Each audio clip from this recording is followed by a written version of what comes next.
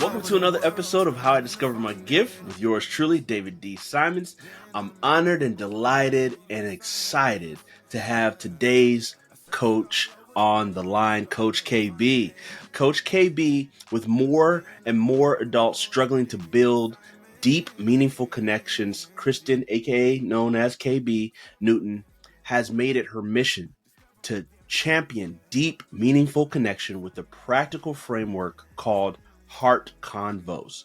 KB is a connection coach, consultant, artist, and internationally known TEDx speaker. She is the author of the book Friend Tips, a practical advice for friendships, and KB looks forward to having conversations that matter with you. Hundreds of thousands have been impacted by her Heart Convos framework and are finding deep, meaningful connections successfully. And you can too. Thank you so much for joining the show, KB. It's truly an honor to have you.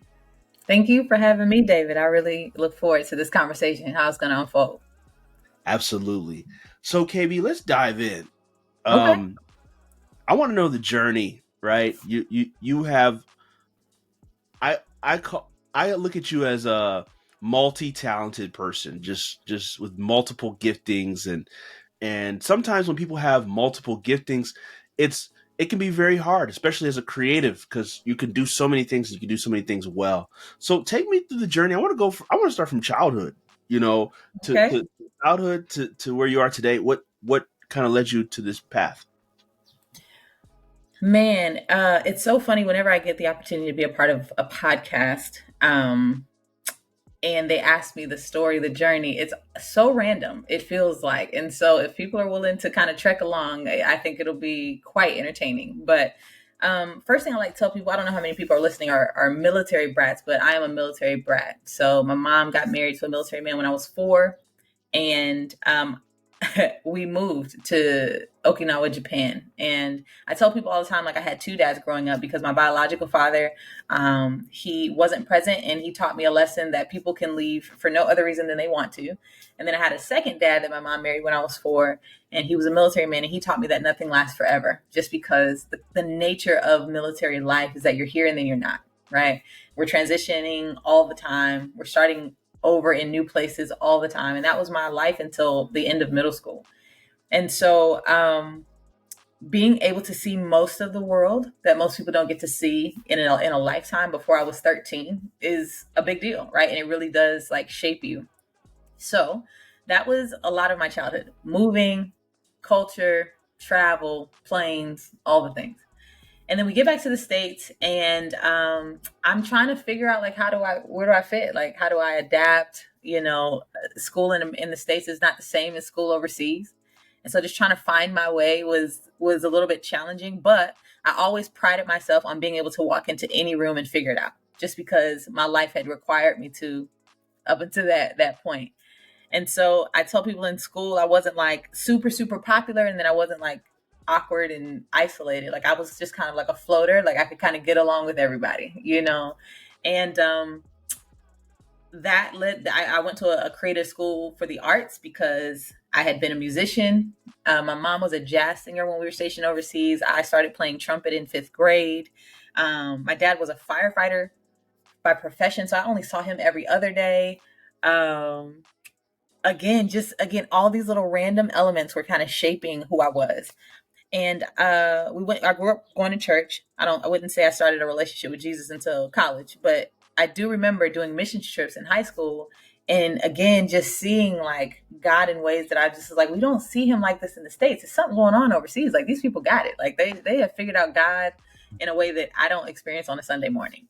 And I remember always being challenged by that. Can you double click on that? Can you double click on that? Because I want to explore that a little bit. What do you mean by that? What don't see? Yeah. Well, it's twofold. Okay, so growing up on base, right, or in a foreign country, we would go to church during the Christian English speaking block.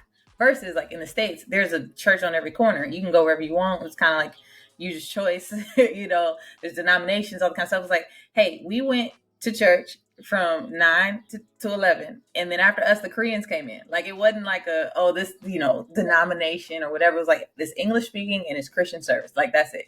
And so I had a pretty solid foundation of like, God having a plan for my life and me being a sinner and needing a savior and all things. But it was just like, yeah, I don't know if I want to own that as my, for me. Yeah. And I was also in all these little relationships and thought I had found love and all the things. So I was really double lifing it anyway. So I get back to the States and I had the opportunity in high school to go on a few mission trips to Kenya. And I remember thinking to myself, like, God is not just something to put around your neck or something to just do on Sunday. Like, God is literally the source of these people's hope every single day.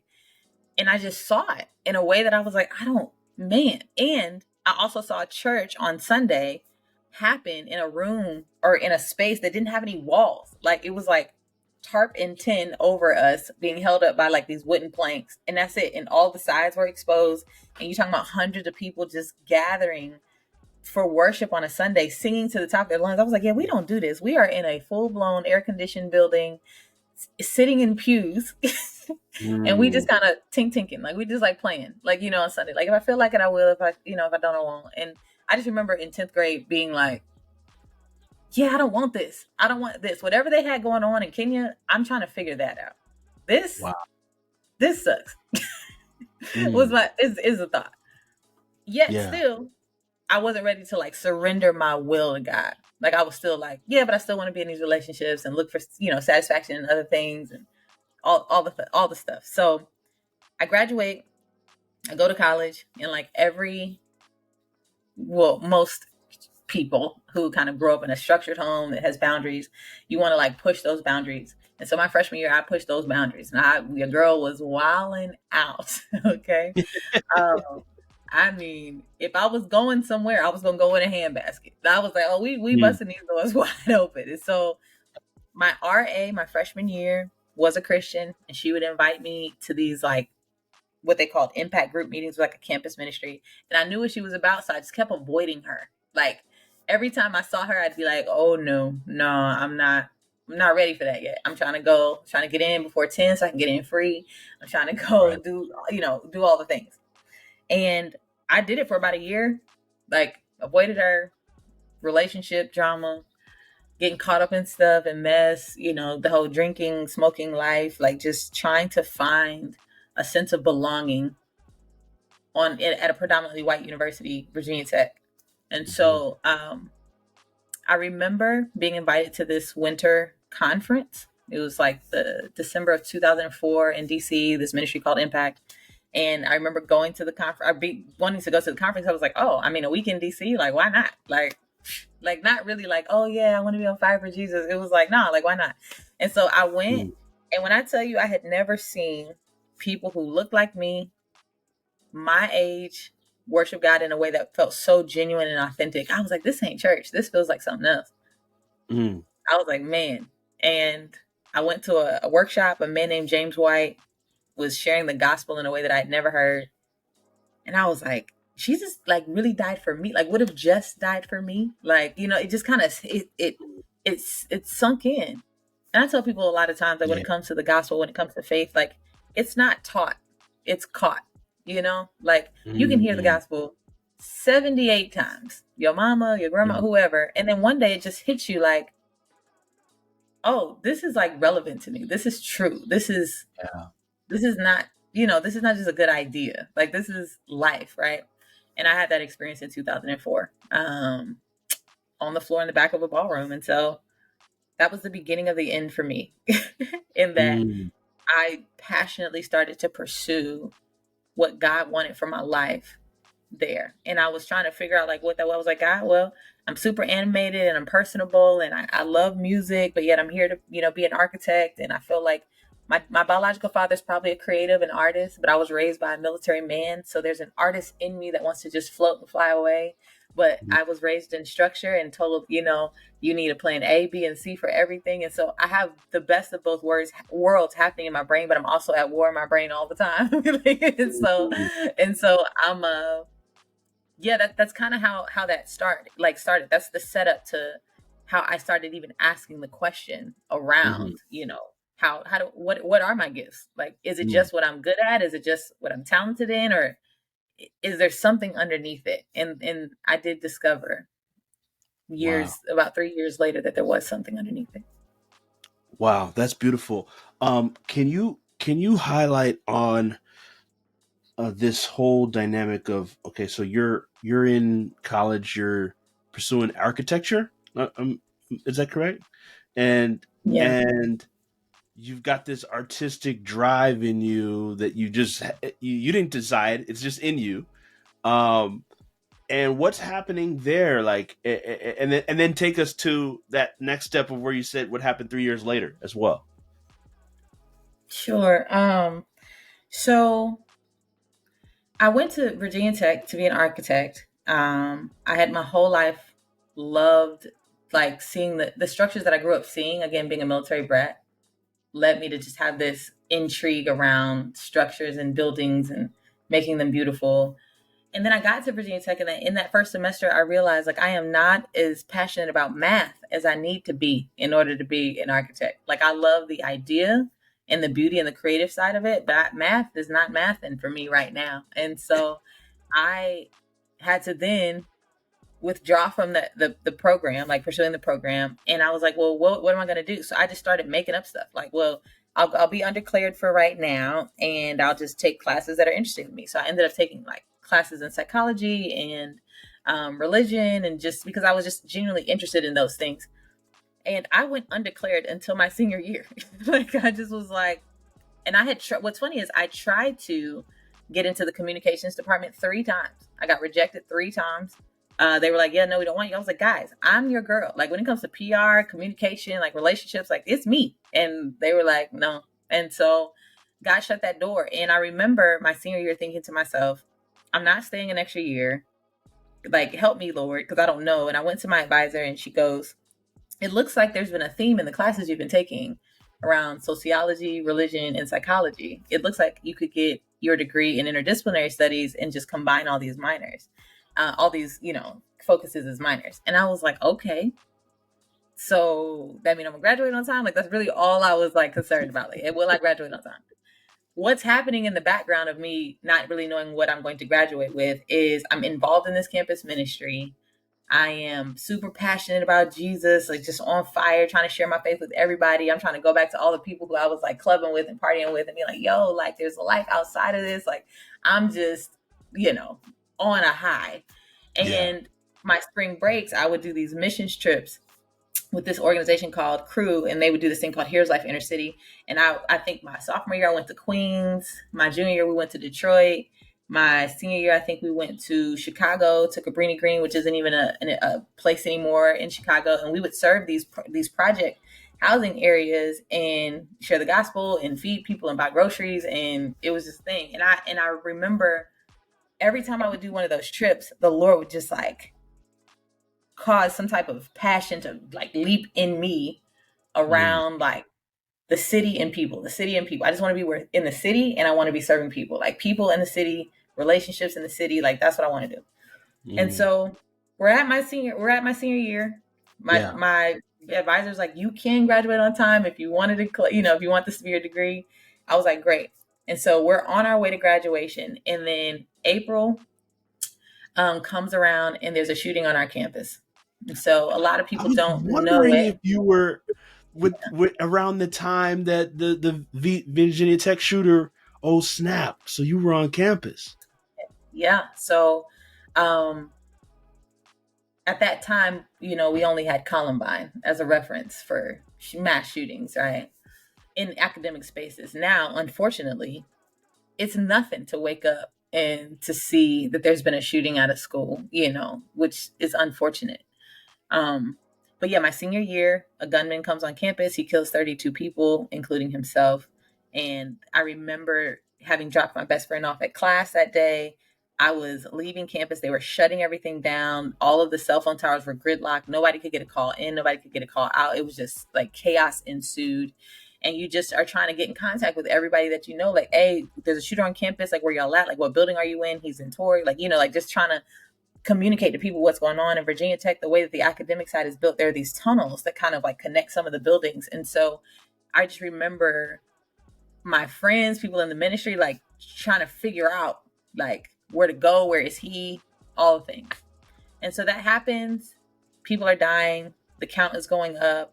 I'm right there, but I'm also watching through the news. I'm not in a building, I'm not in an academic space, but I had just dropped my best friend off in a building that he was in. And it just was like, what is happening? And I remember the whole world came to our campus after it was over. Like the whole world, like trying to offer hope.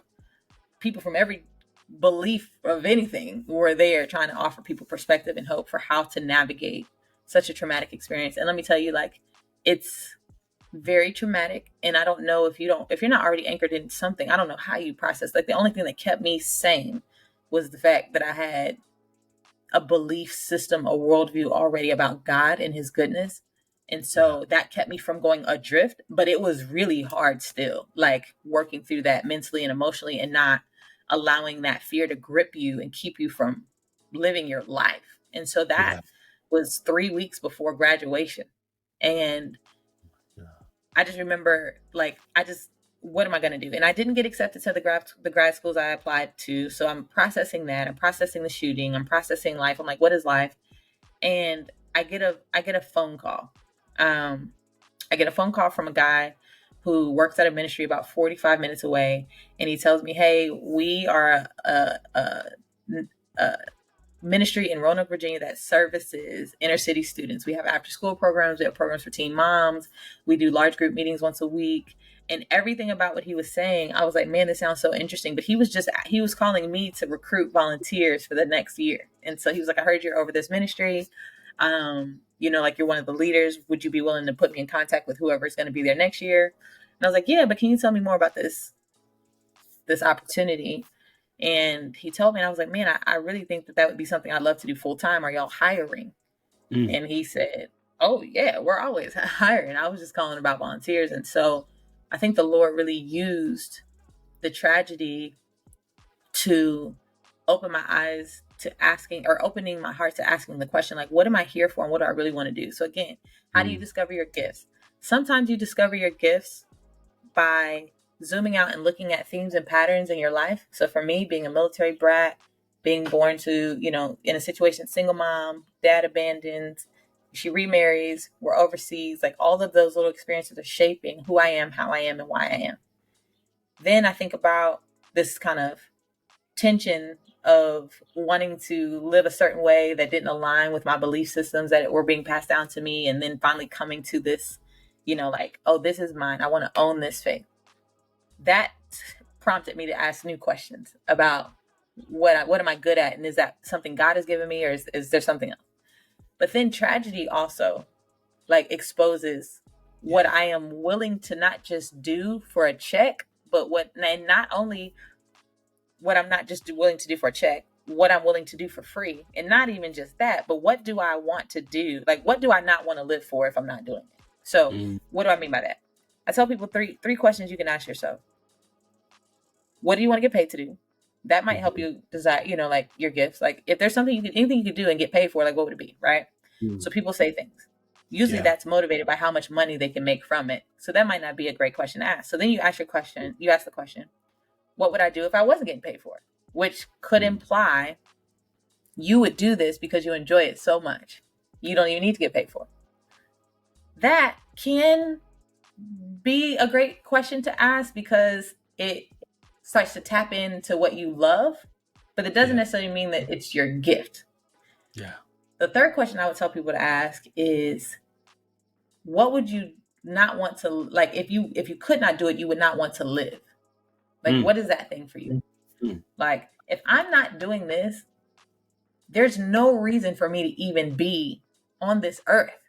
Mm. You know what I mean? Like, I would be utterly just wasting my life. And I think Wow. what that does is it helps you to look inward, not just to the thing that you like to do, or the thing that you feel like you can do for free, but the thing that you're like, this is literally tied to my very existence. When I'm not doing this, I am just, life is bland. Life is black and white. Like, there's no life, there's no vibrance. I don't feel like I'm having any kind of impact. I feel like I'm just kind of going along to get along. Like, if you're not doing the thing that, like, when you do it, you feel like you are literally walking in your zone of genius, is what some people call it. That's the question that I would start asking. And I think tragedy led me to start asking that third question. Wow. Wow. That's that's heavy, KB. That's heavy. So take us through this tragedy into triumph now. Like how you're working. I assume you took the role to work for the ministry.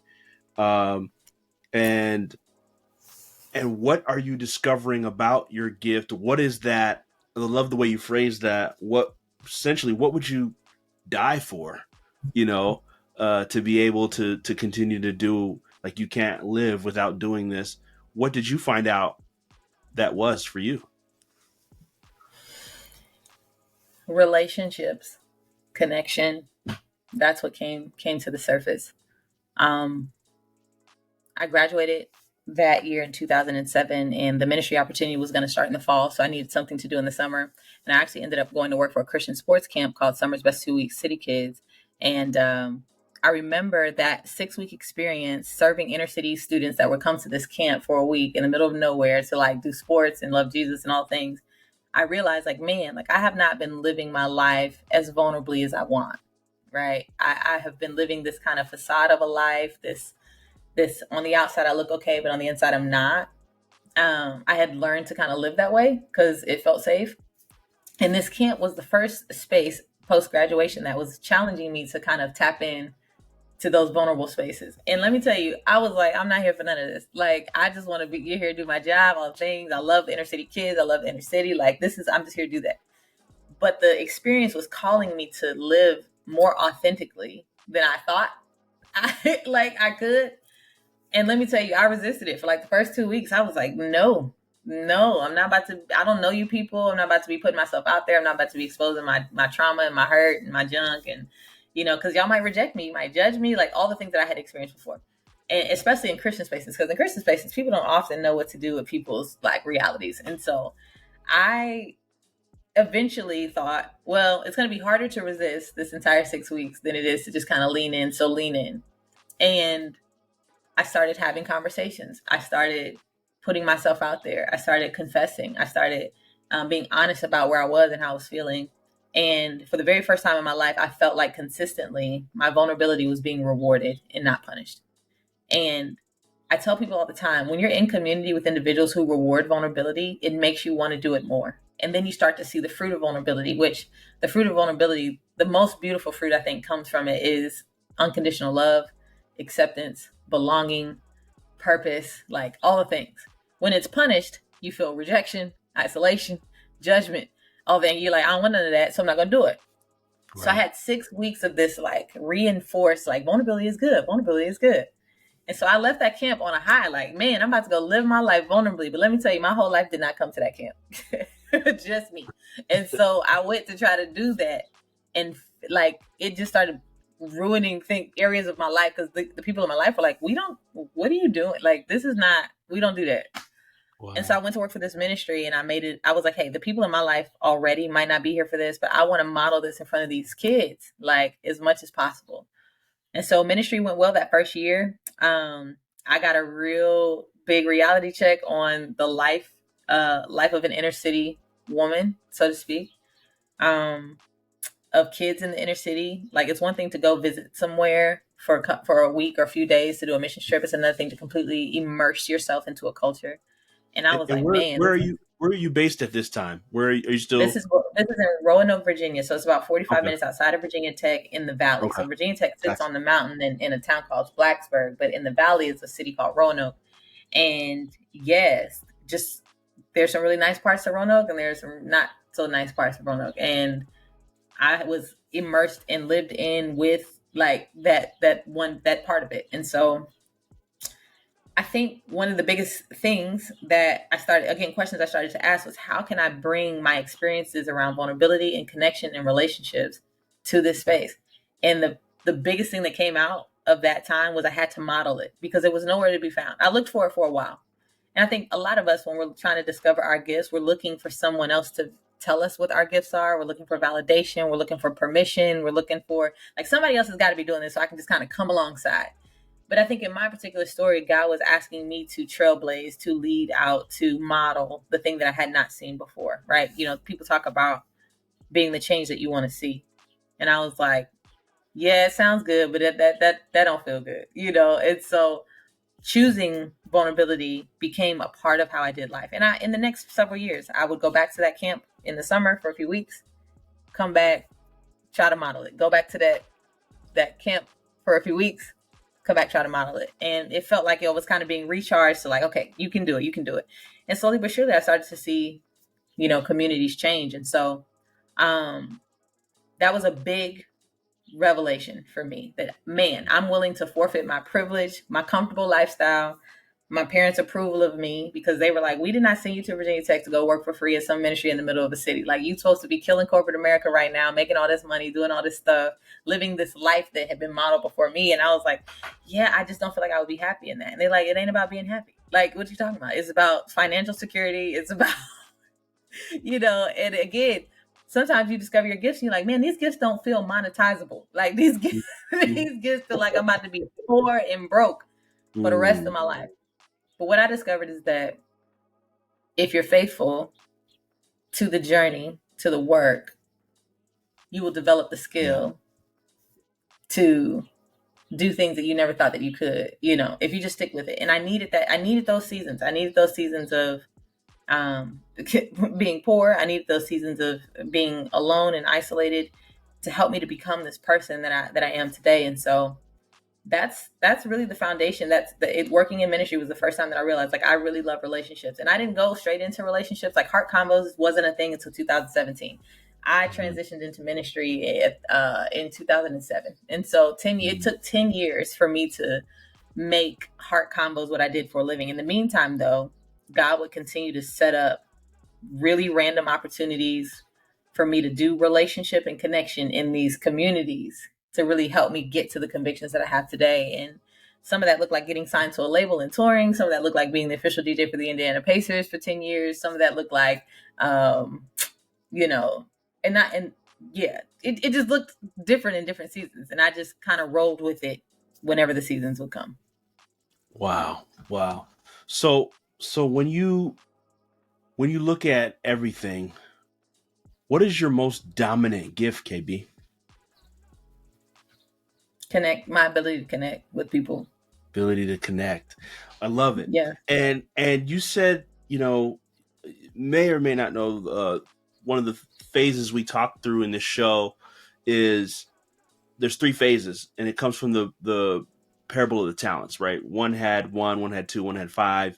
The one that had one hid theirs in the ground. The two and the five that developed theirs. God showed me some time back, ironically, around 2006, 2007, I got this revelation that there's three phases to purpose, and the three phases are discovery, right? So in the parable of the talents, God has shown you what you have. He doesn't say, KB, this is it. Dave, this is what you got. Like, this is what I'm giving you. It's like, it's discovery. You went through that discovery phase. You went to college and, weren't sure, undeclared. Then you went through, after that experience, traumatic experience of the Virginia Tech shooter, and then all through that and ministry, and then the vulnerability camps, and there's like, it's just all this discovery.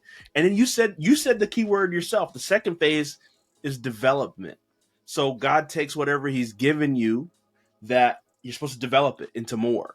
The one that had two and five developed theirs into more. The one that didn't hit theirs in the ground, you went into development. So this is where you got into the DJing and the other, your heart convos and the businesses that you've developed. So if you could just speak to, and then we'll talk about the last phase, which is distribution. So God expects us to discover, develop, and distribute, because you don't develop all this gifting, you don't develop all this resource for yourself, right? It's never for you. God never creates for you. It's for you to distribute to others, and distribution also kind of ties back into marketing money. So we'll talk about that in a second. But I want to dive into the development, what you were developing into as you're doing all of these things. And if you could just kind of give us some of that 10-year journey of the development process you were in. Yeah. That's great. I love the wisdom and insight the Lord is giving you around that. I worked for that ministry for 4 years and randomly got an opportunity to transition from the ministry out here to Indiana where I am.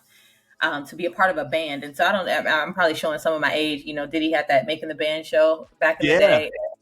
There was an organization I was a part of that had a Making the Band for Christians kind of thing. And essentially what we would do is they would do these auditions and put this talent together and give them like 6 weeks to 2 weeks to learn, one another and some music, and then they would send them on tour for a month, just stateside in local inner city like spaces. So again, the goal was the thing that attracted me the most to it was that, oh, I could use my musical gifts and serve people in the inner city, you know, on this in this little band thing. Well, we did that for a summer and it went really great. It was well received, so much so that 2 months after we finished our summer tour stuff, I had gone back to work. Everybody went back to their life. And we get a call from a record label that says, hey, we want to sign this group because we've never seen anything like it. The group had a DJ, which I was a DJ at the time. And the only reason I had started DJing is because I was working with inner city students in Roanoke, Virginia, and we would throw parties for them twice a year. And so I just kind of had picked it up as something that drew students in, and they would put their drugs and their weapons down and come into our facility to have a great time, to eat pizza, to dance, to hear the gospel, and then they would go, right? And so I had been using that gift in that space, but in this band, they were like, hey, would you be willing to be the DJ for this band? And then we'll have like 2 rappers and some vocalists. And it was just this thing that they had never done before. So it worked so well that this Christian label called Cross Movement Records was like, yo, we want to sign y'all. Cross movement, that's huge. I don't think Yeah. I just want to for listeners that don't know, cross movement is a pillar in the Christian rap industry. They're like Def Jam in Yes. in a Christian. So like I just, because not everybody will know that, but like so KB is kind of just that she was kind of like shrugging it off like that's a big deal. So I just want everybody to know that. Okay. All right. That's funny. Yeah. Yeah. So we get signed to Cross Movement. But yet we're still on staff with this ministry. So we're trying to navigate both worlds. And we cut records, we tour, we did a tour in Europe, we travel around the world. Like, we are rubbing shoulders with all of the greats. It's so funny. I was just on a call the other day with KB, who's a big Christian rapper here. People talk about Lecrae and I'm like, yeah, like when all those people were developing, I was in the scene, right? And so, yeah, that's what we did for the next 5 years. That's what we did for the next 5 years. Now, unfortunately, that partnership, that relationship ended in a like a bad VH1 story is what I tell people. It feels like an unsung, like, where are they now kind of thing. And but we left a mark in the movement, and we kind of had to transition. So people always ask me like, well, how'd you land the thing with the Pacers? And I was like, random again. Like, the group stuff was kind of falling apart. I was married, newly married for like a year at that point. I was trying to figure out like, what am we going to do? And we were with the label, then we went independent, and we changed our name from, Level 316 to 6 Way Street. And then we just kind of, it was a lot going on. And my husband told me, I think you should still pursue DJing. And I was like, it doesn't make any sense. My life just doesn't make any sense. Like, this all feels so random. And so he tells me, I think you should still pursue it. So for a year, I'm developing. I'm doing gigs for $200 that are like 6 hours long. I'm doing baby showers, birthdays, weddings, like all the things. Like, people are like, hey, I got a friend, like, she DJ, she's pretty good. And one woman who was at a baby shower, who worked for Pacers Sports and Entertainment, saw me there and goes, I think you are really good. You should audition for the season this year. This is 2013. And I'm like, I don't play sports. I don't watch sports. I have no loyalty to any team or area because I'm a military brat. We moved all the time. And my dad retired in Virginia, but Virginia don't have a team. So it's just like, I just was like, that's not my scene. My husband is like, are you crazy? You need to take this audition. So it worked out the way the guy kind of set it up, that I was actually supposed to be at a show with the group, and then I wasn't at the show, and then I could do the audition. And so I go into this audition. I pull up under the arena, Bankers Life Fieldhouse at the time. We set up on the floor. We're in this like 20,000 person arena, and there's 3 tables. And I get in and I see DJ King, who's like a big DJ here in Indianapolis, and some other guy. And I was like, hey, I'll go last. And they were like, all right. And, I hear them do their mixes, and we have 7 minutes to throw a party. And so I'm thinking, like, I was throwing parties for these inner city kids. I've been throwing parties for no money for the last year and a half. I was in a group as a DJ where I would throw parties before our shows for 5 years. Like, so 7 minutes is not a long time, but it's a long time if you know what you're doing. And so I get in there, And I'm like, all right, here we go. We just set it up and we do it. And at the end of it, this guy comes down and he asked me 3 questions. He goes, "Hey, you did really great." He was like, "I have a question. Do you do a club here?" And I was like, "I don't." He was like, "Do you have a residency somewhere?" I was like, "I don't." He was like, "Is your calendar open?" I said, "It is." And he says, "Well, we want to offer you the job to be the official DJ for the Indiana Pacers." Like right there, before I'm even packed up my stuff, he was like, "You were fantastic. We love you." And the other guys are right there. Like it was just What? awkward. And I was just like, sure. And he was like, "We'll send you the schedule." And I remember my first game, 2013, Chicago versus Indy, big game, packed out, and I'm like, "You got to kill it! Like this is it." And that was the beginning of the end. Like for the next 9 seasons, I would serve the Pacers as their official DJ in arena. I would do hundreds of games. um, I would, Wow. and how does that even happen? Like preparation, like you Yeah. said, Hmm. um, being faithful in spaces where no one knows who you are. You're not getting paid for it. There's no audience. You just have to be faithful to hone your gift and to give your best everywhere you go. And not just that, the relationship part is if I if my character wasn't aligned, if I have terrible character, I don't care how talented you are, your character keeps you in rooms. I tell people all the time, and this is a famous quote, that your talent will get you into the room, but your character will keep you there. I don't Yeah. do I might do the first season with the Pacers because I'm talented, but I don't do 9 seasons back to back with the Pacers because I'm talented. I do that Mm. because I'm a woman of character. I do relationships well. I know how to connect, not just through my music, but with my temperament, my personality. And they would put me on the screen. Like they weren't even doing that. They would put me on the screen because I would have all this energy, and and people would be like, "Oh my God, that's Adidas. She's a girl." Like, all this stuff. And it just started opening up crazy doors.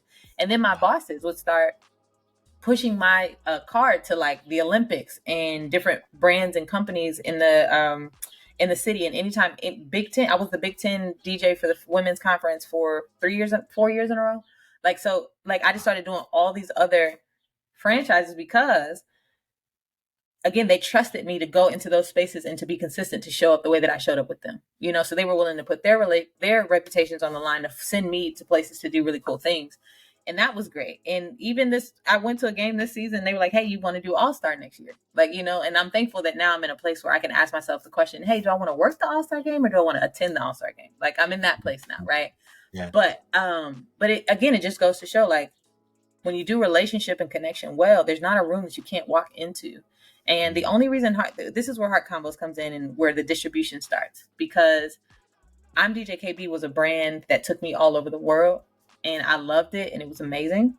But my husband and I were married 5 years before we had our daughter. And in 2017, I got pregnant with her. I just knew the Pacers were going to fire me. I had been working for them for like 5 or 6 seasons at that point. I was like, "Hey guys, I'm going to be real pregnant, like real pregnant this season. Like I can't hide it." And they were like, "Yeah, we don't care. Like, it's okay." And I'm like, "Y'all, you don't want to real pregnant woman DJing for the pay." Like, they're like, "No, no problem." I had her February of 2017. They were asking, "Will you be back by playoffs? Like by the end of April, do you think you'll be?" I said, "Listen, if I'm coming back for playoffs, I need to be able to nurse her at halftime. Like, we got to figure out what we're going to do with a baby." So she got all this Pacers garb on, got these headphones on. She's in her little, like, thing, just looking at all the lights. I would do my sets, and then I would go to the Larry Bird suite, and I would nurse her. And then I would come back out and finish the game. And I did that for 2 years. Like, and I Wow. remember in myself feeling just more and more discontent. Like, man, like I love this, but I feel like I'm missing out on connection with her. And Mm. so, because I love connection, I'm like, forfeiting connection with her to still cultivate connection in these spaces just doesn't feel worth it anymore. So that's Mm. when I started asking God, like, is there something else I could do? And Mm. I went back to asking those 3 questions. And actually, I think I missed one. It's not just what would you do for free? Um, what would you want to get paid to do? Or what would you want to get paid to do? What would you do for free? You could also ask yourself, what would I pay someone to do? Like, I love doing it so much. I'll give you $20 just to listen to me. You know what I'm Mm. saying? Like, if you just, I will pay you just to sit here, Mm. right? And then you ask that question, like, what do I not want to like live if I'm not doing? Mm. And so that was the beginning of the Heart Combos era. And because the answer to that question became relationships. That's what I Wow. want to do. KB, this is powerful. So first, for the record, I was always a level 316 fan. I had no idea you're Oh, honest. that's crazy, right? It's kind of like, Oh, being a fan of someone and you don't know all the people that are, well, that's bananas. Um, secondly, like, wow, literally like a Joseph a pit in a palace experience, right? Like you stayed down and we're doing these things for free, and God rewarded you with your due diligence and your persistency, and just like Joseph, he was just doing things for other people that are he's helping and connecting to other people in the prison cell, and helping the baker and the butler, and you were literally helping the inner city. And God said, "All right, it's reward time. I'm gonna reward you. You weren't even looking for it, right?" So it's just an amazing, amazing journey you have, and I'm glad to talk about the heart convos piece. And now it's like all woven together. Your whole connection gift. Take us into heart convos and what you do there, and how you serve people through that. yeah. So Heart Combos was birthed just kind of out of a season of discontent. Again, when you're asking, like, how do I discover my gifts? You have to be looking for God everywhere. Mm, Like, if you want to discover what your gifts are, look for God everywhere because you will find him anywhere. And if you wow. look for him anywhere, you'll find him everywhere. Like I tell people all the time, if you're looking for God, you will find him. That's why he says, if you seek, you will find, right?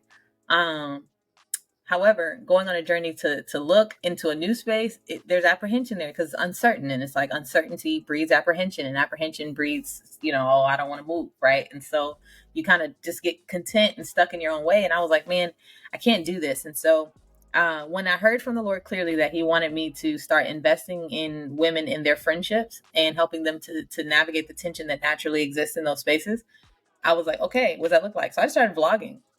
Started blogging about being a new mom. Started blogging about my thoughts and opinions about friendship, and messed around and got a following. Like people were like, "Oh, she talking good." So this is in 2018, right? 2018, 2019. I'm just posting random videos online, and people are watching them.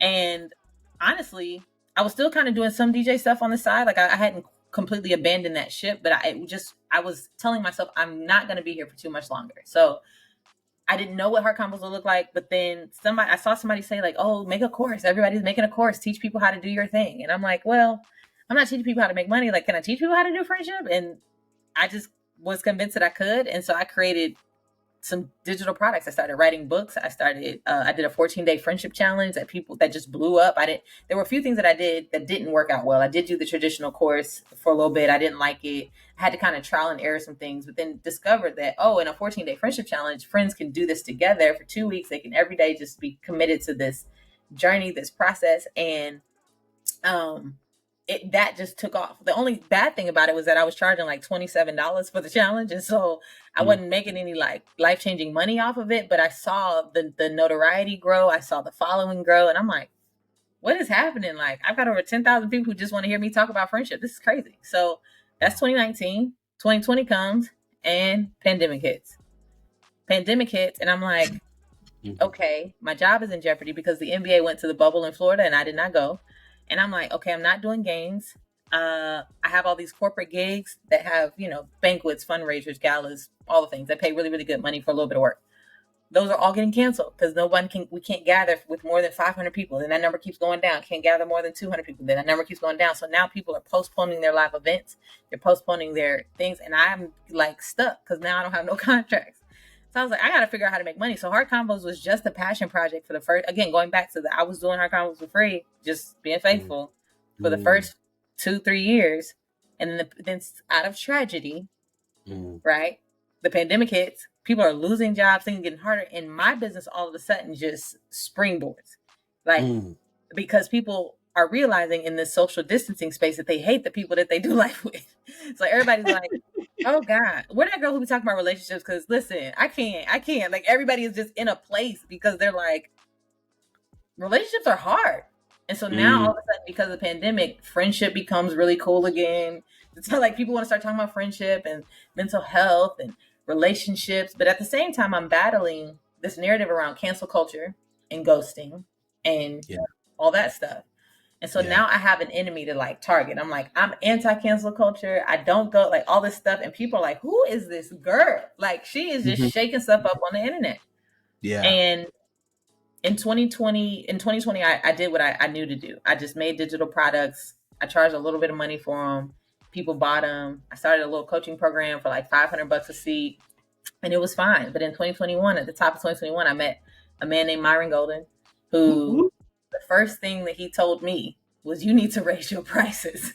He's like, if people are buying your stuff and they like what you do and you've become an authority in this space, you need to charge. And I'm like, well, what you talking about? Right.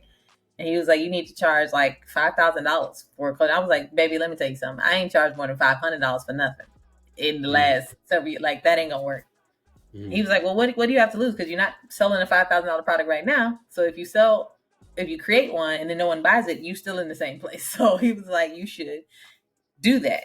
And that's exactly what I did. I took his challenge, his 5-day challenge, the Make More Offers challenge. At the end of it, he offers to, join a coaching program, which I was like, I'm not there, but I can go do what you've asked me to do. And I did. And in 3 days, of making this offer for this 6-month coaching program, I had 4 women say yes to it. So I made like over $20,000 in 3 days. And I was like, I've never even, what are we talking about? And so I wow. took that money. I went back to his challenge the next month, and I said, I just wanted to tell you that what you told me to do, it worked. And he was like, really? You that DJ from Indiana, ain't you? And I was like, I am. And he's like, I love to hear it. And I was like, well, I'm gonna take this money that I just made and pay you to coach me for a year. And he had a little baby. He has a lot of programs, but he had a little baby boot camp program that I was like, oh yeah, I want to be a part of that. And so I just took that money, paid him, and was able to kind of replicate and duplicate those results over and over and over again, month to month. I created a 5-day challenge that I had a high ticket offer for at the end of it. And I just started helping women at like this really high level. I created then an inner circle for myself that was like a $10,000 product.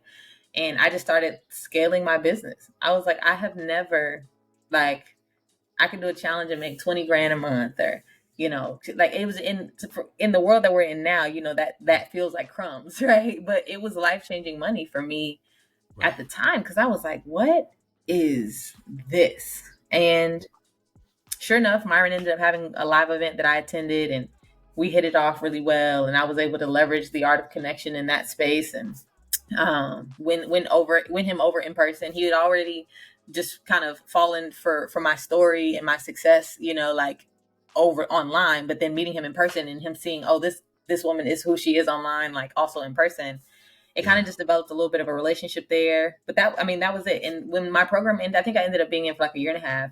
And then I told myself I wanted to use my resources to kind of expand my team. So I actually ended up hiring an agency instead of like ascending into other programs. And one of the people that I hired is in his inner circle program. And so I'm telling y'all this story just to kind of let you know where I've landed in my journey as an entrepreneur right now. And that is, I'm doing life with this agency for like 6, 7 months. And I get on a call one day, and for whatever reason, our wires were crossed about when we were meeting. And we weren't supposed to meet that day. We were on the call, and he just passively goes, oh, did you know Myron's hosting a live event in June? And I was like, for real? Because he had kind of told his inner circle before he had announced it to the public. So I was like, for real? He was like, yeah, like you should tap in and see if, he needs an MC or something. Because I had joked about the fact that I'm like, you need an MC. You need to stop doing all of the things at your event. And I was like, bet. So because I had built great relationships with his team, I immediately text Laura, hey, is Myron doing an event? And 2, do y'all need a host? And she goes, yes and yes. And I was like, bet. Like, let's get on a call. We talked that day, and I'm like, oh, this is gonna be great. Like, I'm about to host Myron's event. Like, this is gonna be awesome. I can do this in my sleep, right? Can I tell you that before the end of that call, she stops me and is like, hey, I think we need you in a different capacity. And I'm Mm, like, what other capacity is there? She's like, I think you should like plan this event. Like, wow. because and this is kind of a going back, during all those years that I was a DJ, I also had a second company called All Things Creative, where I actually was the creative director for some live events and big Christian conferences in the country. So I would do stuff with like Legacy Conference, that was a thing in Chicago. Yeah. I would do like different Young Life conferences, Crew, Impact, like all kinds of stuff. And so I was like, I very well for I was on tour with Kev on Stage at one point. He's a really popular Oh wow. comedian. Yeah. I produced a few like shows and like so I was DJing, but behind when I wasn't DJing for the Pacers, I was DJing people, so to speak. Like I was like helping events kind of flow behind the scenes. And so people didn't know that, but I did that for like 7 years. And so Wow. so she's asking, I'm like, well, I could do it, but I haven't done it in a long time. And I'm like, does this even make sense? So she's like, I don't want you to ask me. She was like, I want you to talk to Myron. She was like, he will call you before the end of the day. He calls me before the end of the day. He says, KB, I hear that you plan events. And I'm like, I don't plan events, but I do create experiences. And he goes, oh, tell me what that means. And I explained to him, again, what I have done since graduating college and going to work for that ministry. I have a keen ability to create experiences with people, whether it be through conversation, whether it be through music, whether it be through putting together a program or an agenda for something, whether it be through laugh. Like, I just am really good at creating connection through experiences. And I was like, for your event, this is what I think you need. And so I mapped out what I thought he needed. And he was like, after about 10 minutes, he goes, KB, I'm going to stop you. And he was like, so do I need to just write you a check now, or do you want to submit a proposal? And I was just like, what are we talking about? And he's like, man, I really think that you would be a great person to do this job. And that was the beginning of a 5-day selling negotiation thing, which is so ironic because he's the man that taught me how to sell, and now I'm trying to sell him right on his event, and he's the king of selling. So I'm like, I can't Mhm. sell him, but then I'm also like, Mhm. I can do what he taught me to do, though, you know. Mhm. And that one opportunity not only opened up a door with him, but opened up a door with more people of influence like him. And I have been able to secure multiple 6-figure deals, like over $500,000 worth, you know, like in work and in deals, tapping into my gift in this way. And when people are like, how did this even come about? Like, I thought you posted videos on Instagram. My mama don't even know what I do. My mama asks me all the time, like, Kristen, what do you do again? I was talking to Miss Carol and she asked me how you were doing. I told her you were fine, but she wants to know what you did. And I told her I didn't. I was like, Mom, you can tell her whatever you want to tell her. Because again, at the end of the day, at the end of the day, all I do is make connections. Mhm. That's all I do is make connections. And if somebody asks me to make a connection with music, I'll pull out my turntables and I'll do it. If Mhm. somebody asks me to make connections with at an event, I will put together a team of Avengers and assemble a program agenda and think through every aspect and creative element of that experience in order to foster connection or an environment for selling that serves you at the end of your event, right? If somebody's asking me to create connections with a stranger on the street, like I mean, the amount of homeless people I talk to, because again, at the end of the day, like I'm here for the inner city. So I love talking to homeless people. I love talking to people with, like, because I believe everybody has a story. And you don't truly see someone until you hear their story, but you can't hear someone's story unless you're good at connecting and they feel safe to tell you their story. So I'm always asking questions. I'm always talking to people. I speak to everyone everywhere I go because I'm like, I don't want to miss an opportunity to see people, and I don't want to miss an opportunity for people to see God, Mhm. right? Because the more and more I get to see people, the more clearly I get to know God and His heart for people. But the more and more I'm looking for opportunities to see people, people feel seen by God. You know what I mean? Mhm. They're like, man, like that felt like a God moment because she met a need. She asked me a question. I was on the verge of killing myself. Whatever. Like I've heard so many stories, and it's not because I'm so amazing and I'm so great. I've just tapped into my gift, and I just do it unapologetically. I show up and I shine everywhere I go, and it has literally set me up. And what's so this is the last thing I'll say because I just be rambling. But This is good. when I tell you, I sit in a room for an event like the one Myron does, and it's so funny because I'm sitting in that room with a headset on, and I'm talking to a lot of people. I'm talking to front of house, back of house, my stage manager, production, everybody. And what's funny is I know exactly what the person on stage needs to hear because I know what it feels like to be on stage. I'm also talking to the side of house speaker or the side of house production company who's upset that whoever is talking isn't holding the mic to their mouth. Right. And so I'm then reminding my stage manager, hey, before you send them out, make sure you tell them to eat the mic, like because people get up there, they get nervous, and all of a sudden that mic just like kind of sinks down here. And now they're talking and they think people can hear them. But the production guy on the side is pissed because he's trying to turn the volume up. But every time he turns the volume up, the speakers start feeding back. And so he's like, oh, tell them to just put the mic in front of their mouth. Like, but people aren't trained on how to do that, so it's not a default move, right? And Yeah. so I'm trying to talk him down. I'm trying to tell the stage manager, hey, try to get the speaker to, because the speaker is nervous about going on stage. They're not thinking about how am I holding this mic. They're trying to remember what Right. they're trying to say, right? Right. And so I'm also talking to the lights guy and thinking about the transition, and I'm cueing the DJ and all the things. Why? Because I've actually played all the different roles in the room at some point. And so Wow. now, as I sit here and I do what I do now, I'm like, man, you were preparing me in that high school, talking to that teen mom, that one day you were preparing me when I was stressed out trying to figure out if my best friend was dead or alive in the midst of a mass shooting. Like, you were preparing me. You were preparing me She when lived, right? she did. She Oh, did. thank God. Um, Okay. you were preparing me when my mom told me that she was getting married and we were gonna move at 4. Like, you were preparing me for all those birthdays and Christmases my biological father promised to be a part of but wasn't. You were preparing me.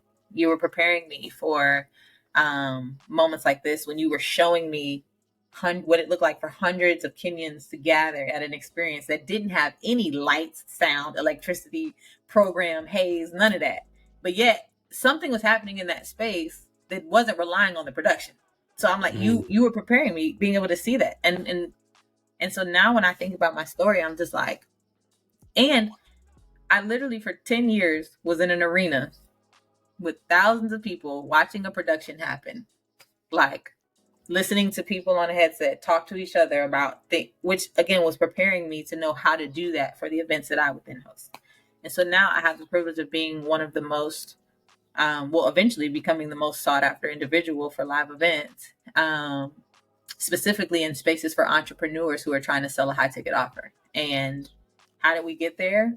Again, the story feels very random, but all of these different stories I told you guys have led to this one opportunity, these opportunities. And I'm just like, I just laugh because I'm like, God, you were weaving a thread through the whole thing, but on paper, that thing feels so random, so random. Oh, So that's wow. that. That's the story. KB, that is so amazing. It's a beautiful journey. And I thank you for sharing that whole process, right? Because a lot of times people see the glory, they see the success, but they don't know all the building blocks and everything that you had to become, all that you had to do to build to this level, the development, the discovery, and then comes the distribution. So it's phenomenal. And I have to say, um, we got a chance to meet at an event of Myron's, and I noticed something that you did, and I was like, this is your heart posture, and I'm not surprised at every blessing that's coming into your life. Now So I'm like, oh Lord, what are you about to say? What do you see? so, so the event was going on, and Myron was speaking, and either Myron or one of the students or somebody was speaking, and the mic was cutting out, and there's an audio team there that's trying to sort things out, but I think they're preoccupied or doing something, and you just charge from your seat, go to the booth, move some tweaks, make some things sound much clearer, sounds much better, and you just took your initiative to serve. Right? Nobody asked. You're not in that capacity in that room. You're not in that capacity to do that. You didn't. That wasn't your job. You didn't have to do that. You just took initiative. And I'm just like, and I'm hearing your story. I'm like, no wonder you're seeing the blessing in the hand of God because you have a heart to serve, Hmm. and and and you're reaping the benefit of being a servant and serving others. So that was a precious moment for me seeing that. And as a former DJ, I see all those things, but it wasn't even about DJing. It was about your care and concern for what's going on in the room. This can impact somebody's hearing or what they might need in that moment, and your intentionality in that. Now knowing behind the scenes how you think, you were intentionally looking at this from probably 5 different vantage points. Yeah. Yeah. Which is so funny because when I try to explain people, I'm now leading a team and trying to teach people how to do what I do, and it doesn't connect the same way because they're like, we're not even thinking about that, and I'm like, well, that makes sense. But my experiences have taught me to think about all of those vantage points, right? Not just oh, the sound sounding bad is just, this is distracting. But it's like, what if it's distracting people from hearing the one thing that they need to hear to change their life, right? So I'm thinking about it, not just, not just distracting audibly, this is distracting the connection. I don't want that to happen. I want people to be fully engulfed in the connection and not to miss a thing. But at the same time, what's so funny is, my husband and I, he's on staff with the ministry for like the last 18 years, and we have committed our life to the inner city still. So although the Lord has given us more resources than we need, we still choose to live very much so below our means in the hood, essentially.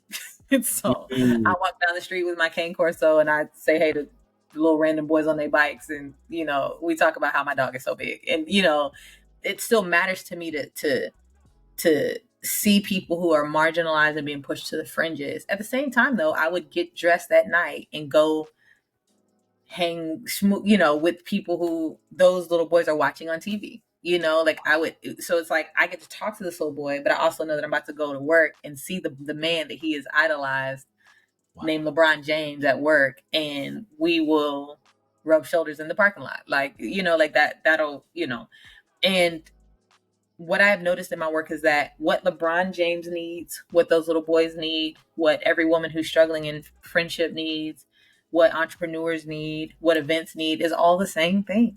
And that is deep, meaningful connection. Um, Wow. and so when I'm in that space, I'm thinking about all of them. I'm thinking about the people who everybody's, looking at and impressed by. I'm also looking at the people who are sitting in the back and feel a little bit on the fringes. Yeah. I'm paying attention to it all because it all needs to be seen. And so, yeah. That's that's amazing, KB. I know we're a little bit over time. I just have two short questions, if that's Okay. cool. Yeah, I'll be brief. Um, okay. No, no, no. This has been phenomenal.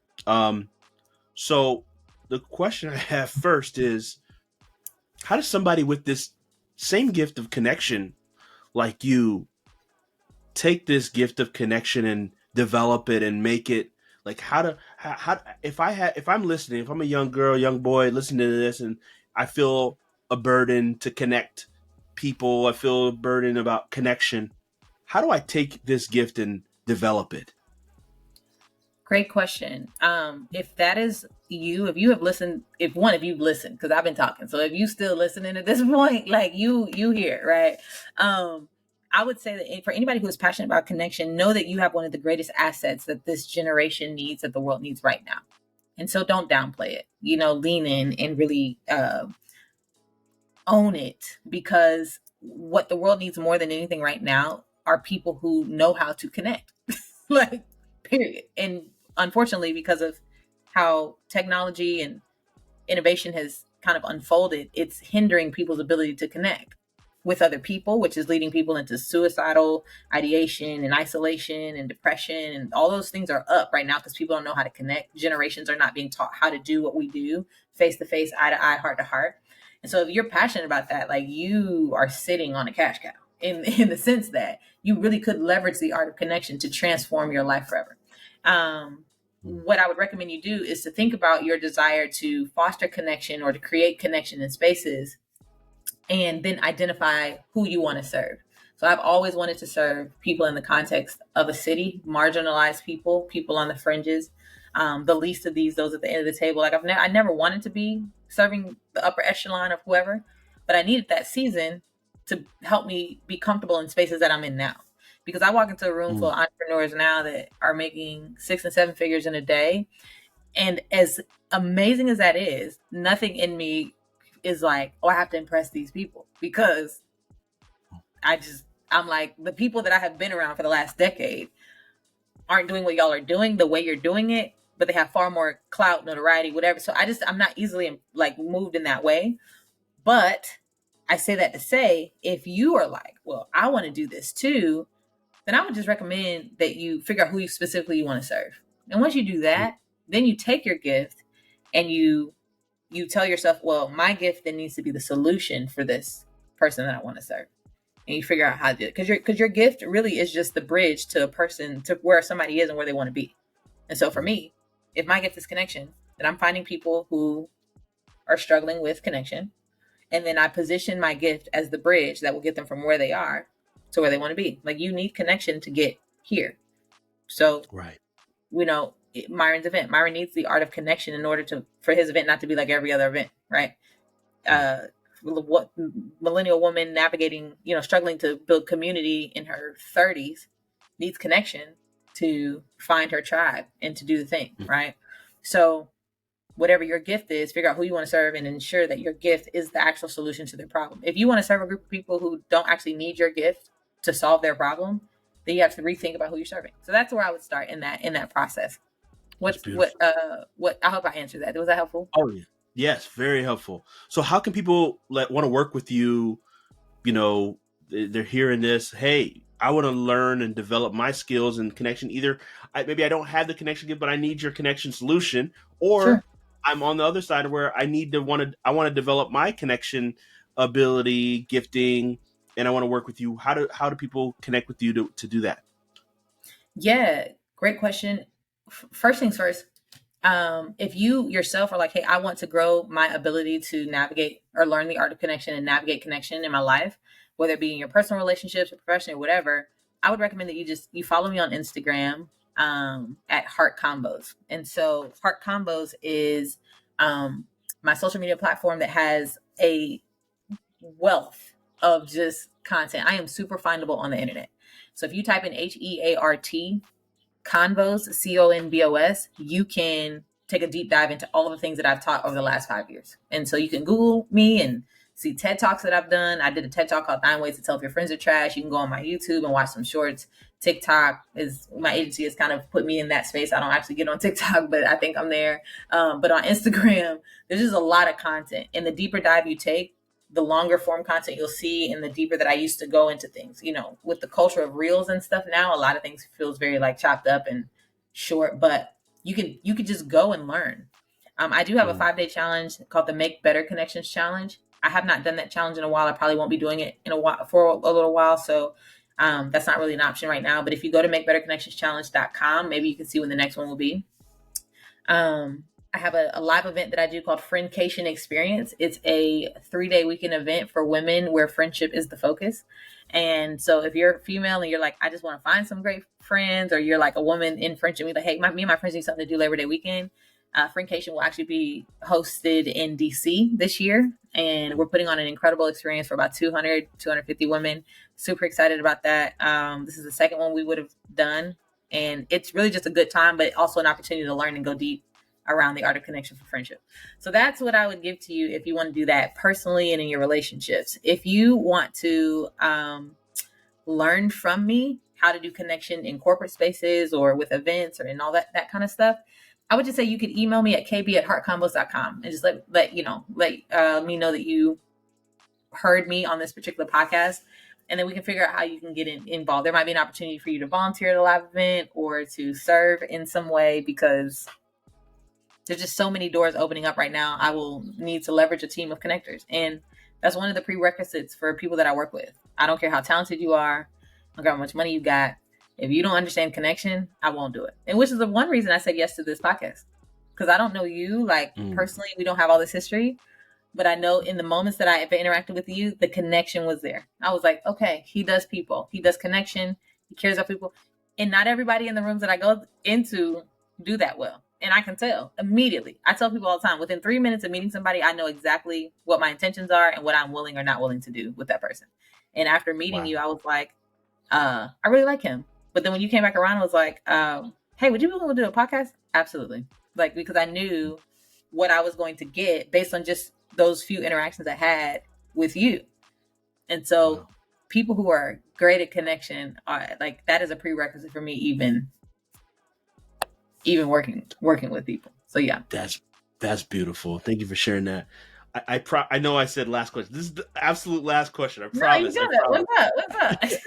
What's up? So we asked this question on the show to everyone. You weren't prepped on it. You didn't get a heads up on it. No one does. What's the difference between one's gift and one's purpose? One's gift and one's purpose. Hmm. What's the difference between your gift and your purpose? I believe that your gift is just a tool for which you fulfill your purpose. Your purpose is um, the reason behind. It's kind of like your North Star, right? So here's the thing about connection. So I've kind of used this. Now that you're talking about purpose, I'm like, okay, well, now you're opening up another can of worms. But one of the things that I teach in my inner circle programs is this idea of your North Star. Your North Star is your, not just your why. People have like whys in life, but your North Star is the thing that guides you literally in everything that you do. So technically, connection, deep, meaningful connection is my North Star, right? My gift by which I model connection could be communicating, could be being a DJ, could, it's kind of like talents, so to speak. And so you talked about the talents. I think your gift is really just the thing that you have a skill in, you're gifted at.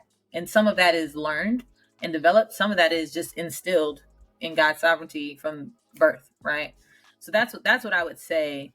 Your gift is something that you can either work at it, develop, or it's something that's just been given to you and it's just there. But that should be a tool that you use every single day to follow your North Star. So your purpose and your talent, or your purpose and your gifts, should not conflict. They should align with one another. Which is why, if my purpose is deep, meaningful connection, it doesn't matter if I'm creating that connection as a DJ for 9 years, or if I'm creating it as a vlogger for 5 years around friendship, or if I'm using it to do live events. And what people can get caught up in is they can get caught up in like, well, my gift is a DJ, so I can't do anything outside of DJing. You know what I'm saying? Like I'm passionate about music, and I don't really use the word passion a lot, because I'm like, your gift does not require passion, and your gift won't always be passionate. Like, but people get married around the whole, like, I have to be passionate about it. I'm like, well, when you're not passionate about it, you're going to think that you're not aligned, right? You know what I'm saying? And so don't focus so much on what you're passionate about doing. Passion it comes in waves, right? It comes and it goes. It's fleeting. However, when you're like, no, I have this skill, I have this gift, and this gift pushes me towards the thing that I am here for. If I'm not connecting in a deep, meaningful way with people, it's time for me to go see Jesus. Because there's no point in me even being here. So I hope does that help? Oh man, tremendous! And I say this with all sincerity. This has been one of the best episodes we've had. And I mean this. I mean this, KB. Like you have really shown listeners through your life an example what it really means to discover a gift, to develop it, distribute it, and use it on the high level, and remain who you are with great character and integrity. Mm-hmm. Like you're a model example of what this whole show is about. Why we created this show. I just want other people to know and find what God has given them, search for it, develop it, and serve people. And you've done all those three things, and it's not over. You're going to continue to do all those things through your development journey, because we're never done, right? So I mean that in all sincerity. Thank you so much for taking the time to pour into the lives of myself and the listeners. Mm. Yeah, you're very, very welcome. It is a privilege, and thank you for inviting me to be a part of what God is doing through your platform. We are Thank you. being invited every single day to come alongside God and what He's doing, because He's constantly reconciling a lost world back to Himself. And Yeah. again, He's using each of us in a different way to do that. And so I think for me, I have believed that for the last 20 years, that God is inviting me to be a part of what He's already doing, which is why there's no pressure for me to be perfect and have it all together and all that kind of stuff. Like, listen, He already got it. He just asked it. It's just kind of like when I asked my daughter, who is 6, who I'm really shocked did not come into this interview at any point. But literally, I will invite her to be a part of something that I'm doing, not because I need her to be there, but because I want fellowship with her. Like, I want relationship with her. And God wants relationship with us as He's reconciling a lost world back to Himself. Otherwise, we get saved and then we can go to heaven. It's like, oh, I've like become a follower of Jesus. Now I can, like, take me, Lord. It's like, if He leaves us here, what is it for? It's so that people can see the things that you have seen, in hopes that they realize that the world is bigger than me. Life is way bigger than me. And I am just hopefully pushing whatever attention or fame or accolade or awe back up to the Father, for His glory. And so, thank you. And yeah, Thank you. anytime. Wow. Thank you, KB. You killed it. Appreciate it. You're welcome.